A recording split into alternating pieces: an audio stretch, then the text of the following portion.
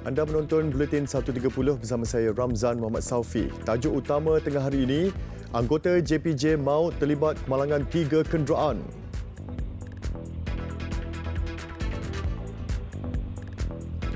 Sheikh Al-Azhar ucap terima kasih kepada Malaysia.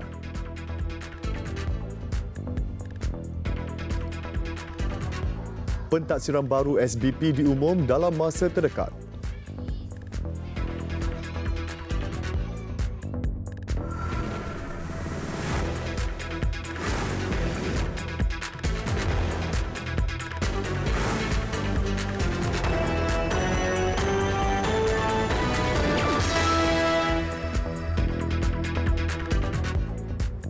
Assalamualaikum dan salam sejahtera. Seorang anggota Jabatan Pengangkutan Jalan JPJ maut manakala 5 lagi cedera dalam kemalangan yang melibatkan 3 buah kenderaan.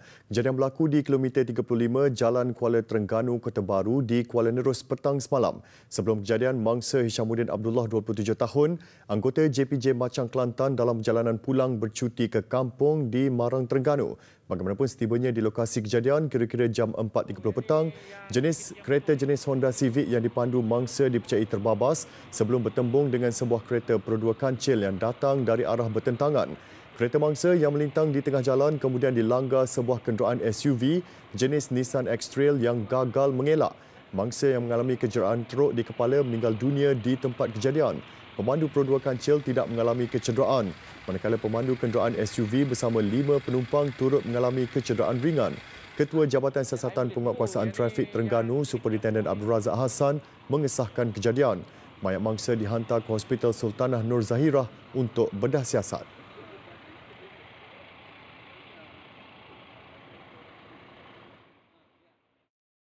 Vivo X50 Series, fotografi, definisi baharu, gimbal sensor sensitiviti mantap, pemandangan malam yang menakjubkan. Ketua Pengarah Kesihatan Tan Sri Dr. Nur Hisham Abdullah dinobatkan sebagai tokoh Ma'al Hijrah peringkat kebangsaan 1442 Hijrah. Manakala Sheikh Al-Azhar Al-Sharif Sheikh Profesor Dr. Ahmad Tayyib pula diumum sebagai tokoh Ma'al Hijrah antarabangsa. Pengiktirafan itu diberi atas jasa dan sumbangan mereka memartabatkan Islam di peringkat nasional dan global. Majlis sambutan Ma'al Hijrah peringkat kebangsaan bertemakan Ummah Rabbani Negara Harmoni diadakan di Masjid Negara malam tadi dalam norma baharu. Yang di-Pertuan Agong Al-Sultan Abdullah Riayatuddin Al-Mustafa Billah Shah berkenan mencemaduli berangkat ke majlis berkenaan untuk menyampaikan anugerah kepada tokoh Ma'al Hijrah. Turut berkenan mencemaduli Raja Pemaisuri Agong Tunku Hajah Azizah Aminah Maimunah Iskandariah. Hadir sama Perdana Menteri Tan Sri Muhyiddin Yassin dan isteri Puan Sri Nuraini Abdul Rahman. Pemilihan 2 tokoh Ma'al Hijrah berkenaan diumum Menteri di Jabatan Perdana Menteri Hal Ehwal Agama, Datuk Seri Dr. Zulkifli Muhammad Al-Bakri. Sesungguhnya saya terasa terharu dan juga teruja menerima anugerah ini. Tetapi saya mewakili Kementerian Kesihatan Malaysia dan juga petugas kesihatan, warga kesihatan dan juga staf yang kerja sebalik tabir untuk menjalankan tugas kita, iaitu memutuskan penurunan jangkitan COVID-19 dalam negara kita.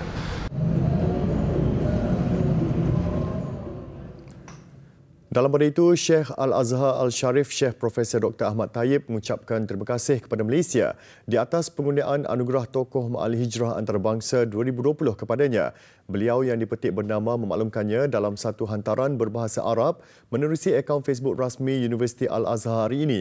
Ujarnya anugerah berkenaan adalah penghargaan istimewa kepadanya oleh sebuah model negara Islam yang menjadi perintis dalam pembangunan dan keharmonian, iaitu Malaysia. Selain mencerminkan pengiktirafan terhadap kedudukan tinggi Universiti Al-Azhar di mata rakyat negara ini, Syekh Ahmad berkata hubungan rapat antara Universiti Al-Azhar dan Malaysia yang terjalin sejak sekian lama sememangnya sangat bersejarah dan telah menyaksikan pelbagai kerjasama dalam segenap bidang termasuk hal ehwal agama, budaya dan ilmiah.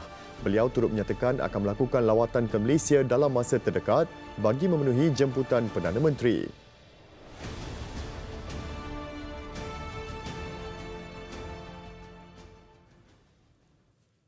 Bekas pengarah Institut Latihan Perguruan Kelantan ILPK, Allahyarham Dr. Yaakob Yusof diumumkan sebagai tokoh Hijratul Rasul 1442 Hijrah tahun 2020 peringkat negeri Kelantan.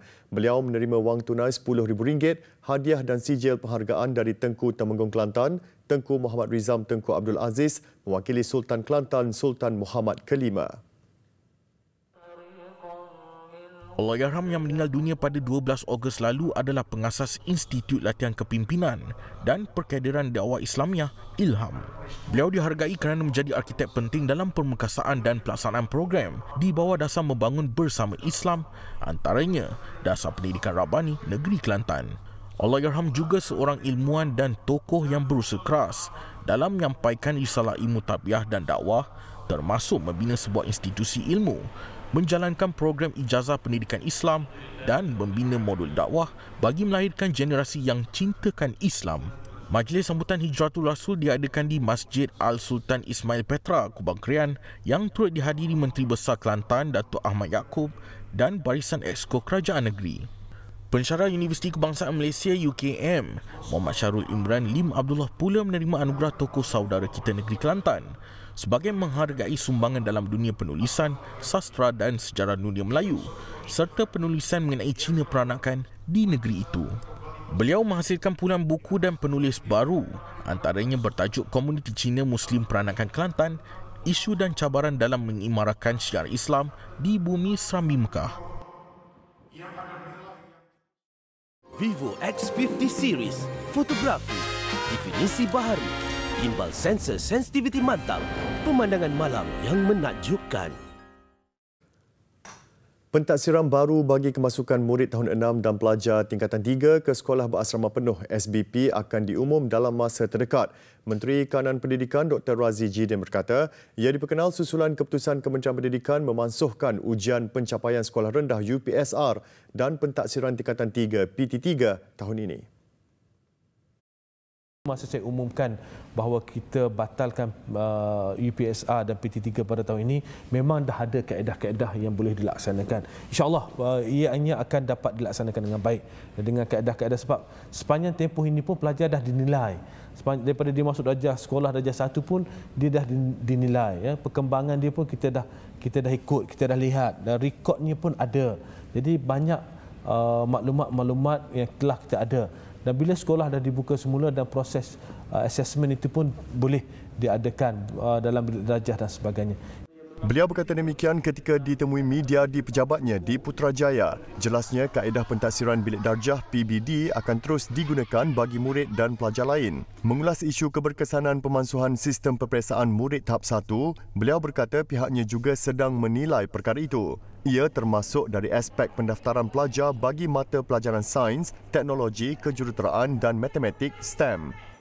Sebab pada umur yang terlalu muda ini adalah ruang untuk anak-anak ini build dia punya karakter. Kita tidak boleh terus menekan mereka dengan peperiksaan dan sebagainya. Sebab itu perkara-perkara ini kita sedang lihat secara menyeluruh. Dalam umur sebeginilah kita nak lihat minat-minat mereka. Dalam konteks enrolment dalam STEM sebagai contoh, Science, Technology, Engineering and Mathematics. Every year enrolment dalam STEM ni di sekolah-sekolah kita ni dah semakin tahun semakin kurang. Tegasnya keadaan itu berbeza dengan sistem pendidikan di negara maju lain yang mana sains dan teknologi dilihat sebagai subjek yang diberi penekanan, memandangkan ia berupaya memacu ekonomi negara pada masa depan. Lebih 50 buah masjid dan surau di 7 daerah diarah menangguhkan aktiviti keagamaan oleh Jabatan Hal Ehwal Agama Islam Negeri Kedah JAIK. Arahan itu dikeluarkan susulan keputusan mesyuarat Jawatan Kuasa Kerja Keselamatan Negeri JKKN khas isu COVID-19 pada 16 Ogos lalu berkaitan aktiviti di masjid dan surau di kawasan yang berisiko. Arahan itu melibatkan penangguhan bagi solat Jumaat dan digantikan dengan solat fardu zuhur. Solat fardu berjemaah di masjid bagaimanapun hanya untuk jumlah maksimum 3 orang melibatkan imam, pegawai masjid dan jawatan kuasa kariah secara bergilir. Aktiviti majlis ilmu, kuliah, kelas, pengajian, majlis bacaan Yasin dan sebagainya adalah tidak dibenarkan. Majlis akad nikah dan solat jenazah juga turut tidak dibenarkan. Bagaimanapun laungan azan di masjid-masjid yang terlibat dibolehkan sebagai makluman kepada anak kariah berkaitan waktu solat. Semua masjid juga akan menjalani proses nyahkuman terutama bagi masjid yang pernah mempunyai jemaah positif COVID-19 dan ditutup sepenuhnya selama 14 hari.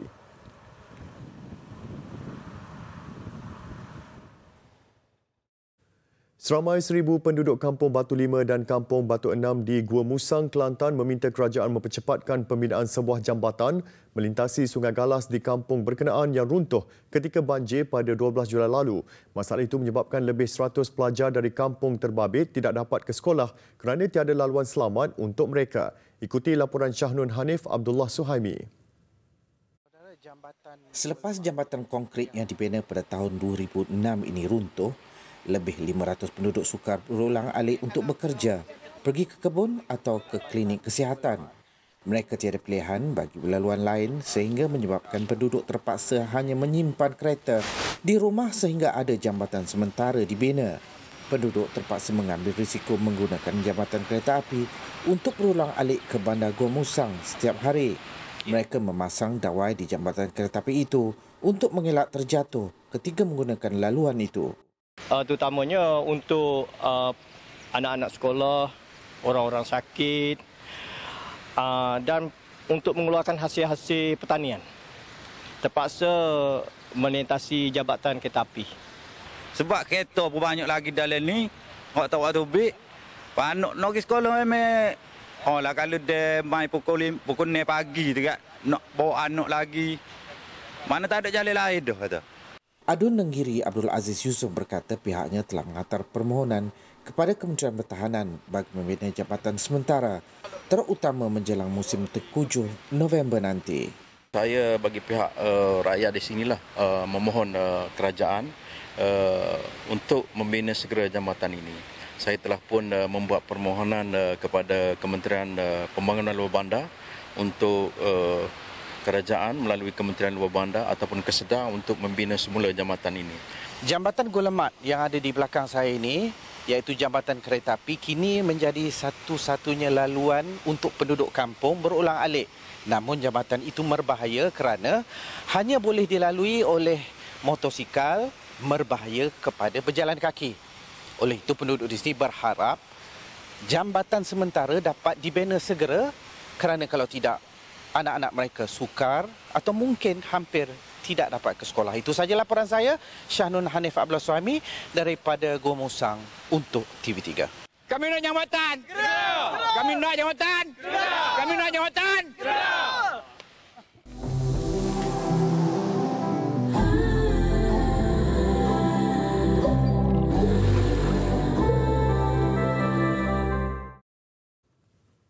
Alliance Bank Malaysia Berhad Alliance Bank menawar pakej bersasar bagi golongan B40 dan pelanggan perniagaan dalam sektor yang terjejas akibat pandemik COVID-19. Ia termasuk pelbagai instrumen seperti pengurusan risiko kecairan dan ketersediaan tunai. We are, of course, offering payment relief assistance to any customer who requires it. For some customers, this will be automatic, like I mentioned, the B40, people who work in the highly impacted sectors, people who lost their jobs, because fortunately through our contacts with the customer, we actually know, elements of the situation, if they've lost their jobs or they've lost income. And we will be proposing proactively packages to customers who've had lower income. Katanya 80% daripada pelanggan perusahaan kecil dan sederhana PKS, commercial, corporate dan consumer telah mengambil lanjutan moratorium. Ia mewakili 53% daripada keseluruhan portfolio pinjaman Alliance Bank yang berada di bawah moratorium ketika ini. Setakat ini, Alliance Bank telah meluluskan lebih 600 juta ringgit dana bantuan khas Bank Negara Malaysia untuk perusahaan kecil dan sederhana PKS di samping menawarkan pengubahsuaian pinjaman.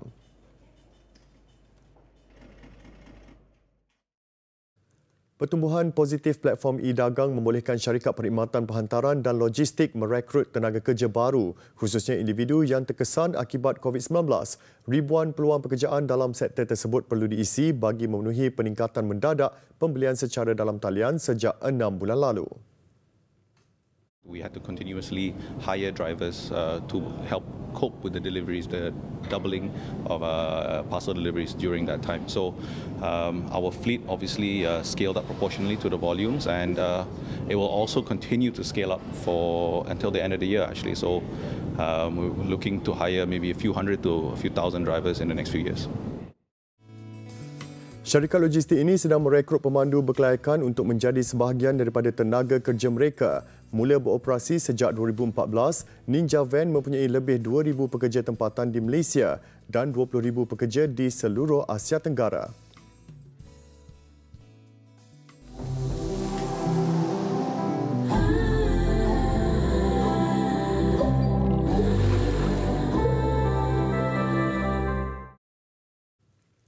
Walaupun masih dalam tempoh Perintah Kawalan Pergerakan Pemulihan PKPP, namun sambutan Bulan Kemerdekaan terutama sepanjang bulan Ogos tetap sinonim dengan masyarakat Malaysia. Terikat dengan pelbagai prosedur operasi standard bukan bermakna ia langsung tidak boleh diraihkan.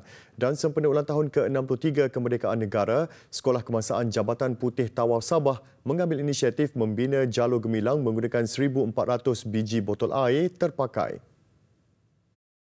Berukuran 9 meter panjang dan 5 meter lebar, jalur gemilang yang dibina dengan menggunakan botol air mineral berukuran 1.5 liter, ia kemudian diwarnakan mengikut warna jalur gemilang dengan putih dan merah, masing-masing 540 biji botol dan 320 botol warna biru. Manakala sekeping papan lapis berwarna kuning direka untuk mengikut bentuk bulan dan bintang. Berkat usaha dan kesabaran guru serta murid-murid, akhirnya jalur gemilang berkenaan berjaya disiapkan dalam tempoh sebulan. Ya, jadi saya memikirkan projek ini membuat bendera, ya, bendera Malaysia, jalur gemilang kita. Ya. Sebelum ini kita nampak banyak orang buat jalur gemilang daripada bahan-bahan terbuang dan sebagainya. Dan saya memilih konsep untuk recycle. Dan konsep recycle ni juga saya ingin perkenalkan di peringkat sekolah. Ya, jadi ini sebagai initial lah projek, ya, untuk kita memastikan apa yang saya hasratkan untuk sekolah ini dapat dicapai. Saya dan rakan-rakan saya juga mengumpul botol ke sekolah untuk membuat jalur gemilang yang besar untuk dipaparkan di depan sekolah kami, iaitu SK Jambatan Putih.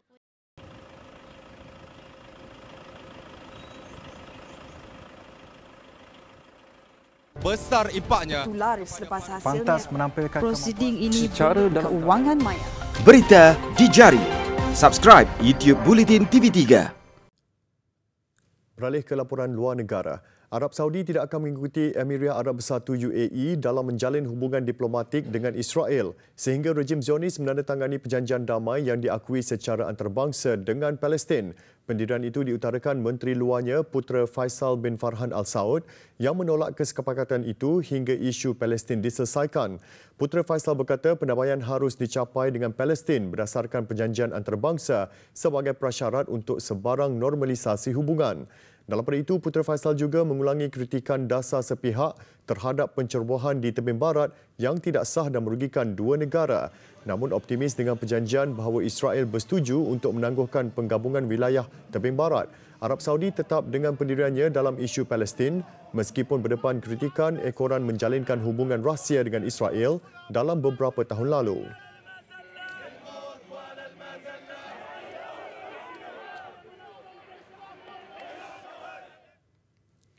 3 orang termasuk penumpang cedera ringan apabila sebuah kereta api tergelincir di utara Itali. Lebih mengejutkan, kereta api berkenaan bergerak sendiri tanpa pemandu dan konduktor sejauh 7 km ketika berada di Milan. Menurut siasatan awal pendakwa raya, pihak pengurusan kereta api Trenord menyatakan kereta api itu meninggalkan stesen Paderno tanpa kaki tangan di dalamnya. Ketika kejadian, pemandu dan konduktornya dikatakan turun untuk berehat. Imej dipaparkan televisyen menunjukkan satu gerabak condong dan yang lain pada sudut 45 darjah di luar landasan. 21 buah kenderaan di Sichuan, China rosak teruk setelah terjerumus ke dalam tanah mendap di hadapan sebuah pusat membeli belah malam tadi. Rakaman kejadian berkenaan yang direkod saksi memaparkan kejadian dipercayai berlaku di kawasan tempat letak kenderaan kompleks berkenaan. Bagaimanapun media tempatan melaporkan insiden berkenaan tidak melibatkan sebarang kecederaan ataupun kematian. Terdahulu, Sichuan mengeluarkan amaran kecemasan tahap maksimum selepas wilayah berkenaan dilanda banjir sehingga mengakibatkan ribuan penduduk terpaksa dipindahkan ke lokasi selamat. Banjir yang melanda wilayah itu turut mengorbankan nyawa penduduk selain ada mangsa yang dilaporkan hilang. Besar impaknya. Pantas menampilkan prosiding ini secara keuangan maya. Berita di jari. Subscribe YouTube Bulletin TV3. Sukan. Liga Juara-Juara Eropah, Bayern Munich menepati jangkaan dengan melepasi peringkat separuh akhir apabila mengalahkan Lyon 3-0. Seterusnya membuat perhitungan penentuan juara melawan Paris Saint-Germain PSG Isnin nanti. Bayern Munich ditentang Lyon di Stadium José Alvalade Lisbon apabila kedua-dua pasukan turun menyempitkan tempat di perlawanan akhir. Permainan tampak seimbang dengan berbalas serangan mencipta peluang. Namun Bayern Munich lebih tajam menerusi gol pertama yang dihasilkan oleh Serge Gnabry pada minit ke-18. Lyon cuba bangkit tetapi keadaan menjadi lebih sukar selepas membenarkan Gnabry menjarikan gol kedua peribadi selepas itu untuk babak pertama berkesudahan 2-0. Wakil Jerman itu ternyata kebal dan sukar untuk dilepasi menyebabkan peluang yang dicipta gagal menemui sasaran. 2 minit sebelum tamat permainan, Robert Lewandowski menutup terus cabaran Lyon dengan gol terakhir perlawanan sekaligus menamatkan langkah si pembunuh gergasi yang dibimbing Rudi Garcia di fasa 4 terbaik. Ianya juga rekod baru di lakar anak buah Hansi Flick dalam kempen apabila mencatat kemenangan bersih 10 perlawanan dari peringkat kumpulan ke penentuan juara pagi Isnin nanti. Persiapan pasukan bawah 19 tahun kebangsaan sebelum ke kejuaraan AFC nampaknya sekali lagi tersentak dalam perlawanan persahabatan. Skuad bimbingan Brad Maloney itu dihimpit dengan kecundang 4-0 kepada Selangor 2, menjadikan kekalahan besar kedua berturut-turut. Pasukan bawah 19 tahun negara berkunjung ke pusat latihan Persatuan Bola Sepak Selangor FAS iaitu Padang SUK Shah Alam beradu kekuatan dengan Selangor 2. Tuan rumah lebih bijak menyesuaikan keadaan dengan tempo permainan membolehkan mereka menguasai bola mendominasi perlawanan. Skuad muda negara yang bergelut dihukum dengan 2 gol oleh T. Saravanan minit ke-15 dan 46. Jengkaman Selangor 2 yang dibimbing Michael Faitenbeiner dilihat terus menyukarkan lawan. Sehinggalah 2 lagi jaringan terhasil menerusi masing-masing 1 gol Nazrin Nasir minit ke-68 dan Armin Mayer 8 minit sebelum permainan tamat. Keputusan 4-0 itu diakui kedua-dua jurulatih pasukan termasuklah Brad Maloney sebagai jurang latihan dan pengalaman aksi kompetitif yang diharungi. Laporan tadi mengakhiri Buletin 1.30. Tanamkan sikap positif untuk sebarang perubahan ke arah lebih baik dan terapkan amalan norma baru bagi melindungi kesejahteraan sejagat daripada ancaman wabak berbahaya COVID-19. Salam Al-Hijrah kepada seluruh umat Islam di Malaysia daripada kami Bilik Berita TV3. Saya Ramzan Muhammad Saufi. Assalamualaikum.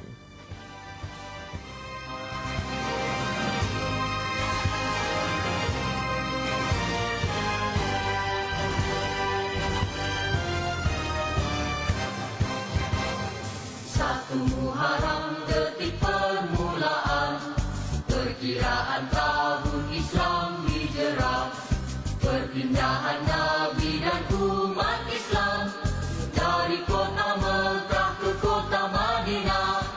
Atas keyakinan dan iman yang teguh, kaum muhajirin dan ansar bersatu